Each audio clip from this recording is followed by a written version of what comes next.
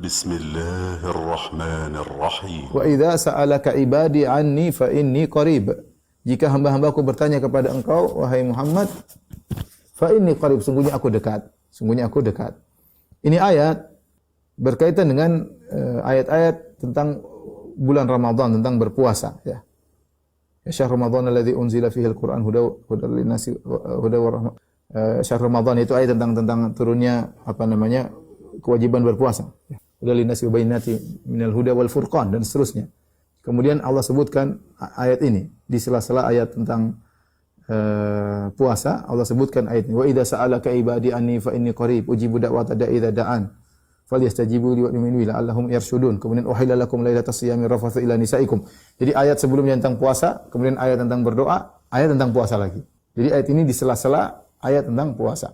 Sehingga Al-Imam Ibnu Katsir rahimahullahu taala melihat konteks ayat yang ayat sebelumnya tentang puasa, kemudian diselingi dengan ayat untuk berdoa. Setelah itu ayat puasa lagi, maka para ulama di Ibnu Katsir rahimahullah berkesimpulan bahwasanya orang yang berpuasa doanya mudah dikabulkan. Karena ini ayat untuk memerintahkan untuk doa. Orang yang berpuasa doanya mudah untuk dikabulkan. Dan Ibnu Katsir mengatakan di antaranya ketika iftar. Dan dalam hadis disebutkan bahwasanya orang di antara doa yang tidak ditolak ya, doa orang yang berpuasa inda fitrihi, tatkala dia sedang berbuka. Dia sedang berbuka. Dan ini dipraktikkan oleh kaum muslimin, terutama di kota Madinah. Kita sering lihat kalau mau menjelang berbuka puasa, maka orang pada mengangkat tangan, menangis, berdoa menjelang berbuka puasa.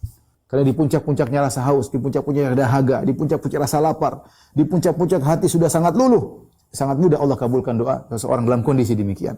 Tapi ayat ini umum, kapan kita ingin berdoa, silakan berdoa.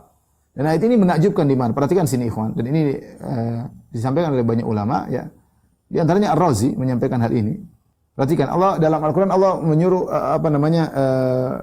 menceritakan tentang bagaimana pertanyaan para sahabat terhadap Nabi. Ya. Wa yas'alunaka 'anil mahid. Mereka bertanya kepada tentang haid. Qul huwa adzan, katakanlah. Ada selalu Allah mengatakan katakanlah, qul huwa adzan fa'tazilun nisaa fil mahid. Tinggalkanlah wanita ketika masih haid, jangan digauli. Kemudian yas'alunaka 'anil ahillah. Qul, mereka bertanya kepada engkau Muhammad tentang hilal-hilal. Qul hiya mawaqitu lin-nasi wal hajj. Katakanlah hilal itu digunakan untuk penentu waktu bagi manusia dan juga untuk haji. Selalu ada katakanlah. Ya. Yas'alunaka 'anil khamri wal maisir. Qul fihi ma itsmun kabir wa manafi'u lin-nas. Mereka bertanya kepada engkau Muhammad tentang khamr dan perjudian. Katakanlah, ada katakanlah bahwasanya ada manfaatnya di khamr dan perjudian, wa itsmuhuma akbar min naf'ihima, tetapi dosanya lebih besar. Ya. Yas'alunaka 'anil syahril harami qitalin fihi. Qul qitalun fihi kabir. Mereka bertanya kepada engkau tentang orang yang berperang di bulan haram. Katakanlah peperangan di bulan haram adalah perbuatan dosa besar, tetapi begini-begini. Tapi selalu ada kata qul. Katakanlah. Wa yas'alunaka 'anil jibal. Mereka bertanya kepada engkau tentang gunung. Apa yang terjadi pada gunung pada hari kiamat kelak? Faqul yansifuha rabbi nasfa. Katakanlah Allah akan hancurkan dengan sehancur-hancurnya. Semua dalam Al-Qur'an yang menyebutkan mereka bertanya kepada engkau selalu ada kalimat qul, katakanlah. Kecuali ayat ini. Ayat ini enggak ada kata qul, enggak ada kata katakanlah, jawablah wahai Muhammad. Perhatikan ayatnya. Wa idza sa'alaka ibadi anni fa inni qarib. Jika hamba-hambaku bertanya kepada engkau tentang aku, Allah tidak mengatakan faqul inni qarib, katakanlah aku Allah dekat. Tapi Allah tidak katakan kalimat qul. Langsung Allah jawab sendiri. Jika hamba-hambaku bertanya kepada engkau wahai Muhammad tentang aku, fa inni qarib, sungguhnya aku dekat. Allah jawab langsung. Allah tidak suruh Muhammad bilang sama mereka. Allah jawab langsung. Ini isyarat bahwasanya Allah sangat dekat kepada hambanya. Sangat dekat. Ilmu Allah sangat dekat dengan hambanya. Allah mengetahui segalanya. Allah Maha mudah mengabulkan doa-doa hambanya. Makanya ketika sebagian sahabat ketika pulang perang Khaybar, mereka berzikir kepada Allah, bertakbir dengan suara yang keras. Maka Nabi tegur, Nabi mengatakan, "Arbi'u ala anfusikum fa innakum la tad'una asamma wala ghaiban. Innal ladzi tad'unahu sami'un qarib." Ya. Kata Nabi sallallahu alaihi wasallam, janganlah kalian jangan terlalu mengeraskan suara ya ketika berzikir keras-keras ya. Karena kalian tidak sedang menyeru zat yang tuli maupun gaib, tapi yang kalian seru itu dekat ya. Jadi Allah Maha mengetahui apa yang kita minta. Ini isyarat bahwasanya kalau minta tidak perlu pakai perantara. Hukum aslinya tidak perlu pakai perantara. Dan mudah orang kalau ingin minta kepada Allah. Tidak perlu pakai perantara. Allah mengatakan inni qarib, aku dekat.